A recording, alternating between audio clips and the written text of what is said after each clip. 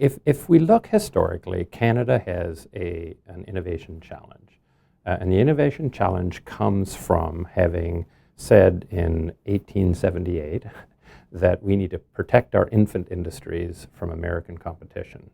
So we put up a giant tariff wall to protect infant industries, and that tariff wall lasted for 111 years. And what that created is a sense that the way you can operate is to wait until somebody does it somewhere else in the world and then copy that and do it behind the tariff wall. So we have that as an economic backdrop. What that means is that we've got to essentially gear up dramatically the degree to which the average Canadian or the average Ontarian thinks that their job is to create newer, better ways of doing things first, not later, not down the line.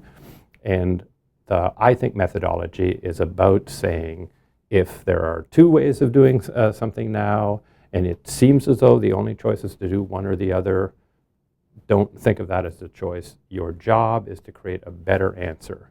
So I think of this as the best way I know to spur, at a very fundamental, foundational level, spur the level of innovation, and in particular the increase in innovation that Canada has to undergo in order to be as prosperous a nation as we want to be over the next 10, 20, 50 years.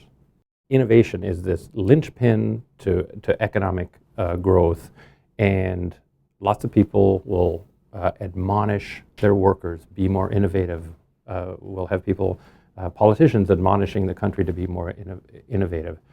Admonishment doesn't do the trick. What does the trick is education, teaching young people methods for doing things differently, better.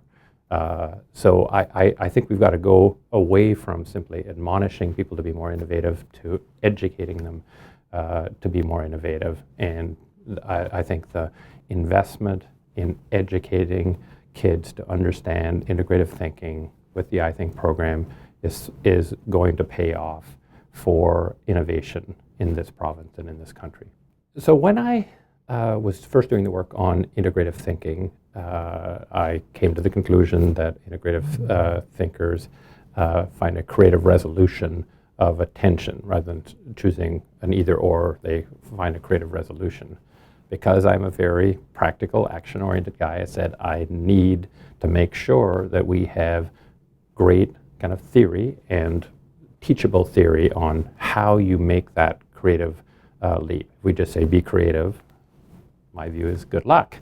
You might not. And so design thinking was a way of thinking that helps somebody be more systematically creative, to deeply understand the users, who's going to benefit from whatever you're trying to innovate, to have a creative way, creative paths of imagining. Here would be one way, here's another way to solve that, and then to have the practice of trying them, prototyping them, testing them out, and improving whatever solution you come up with.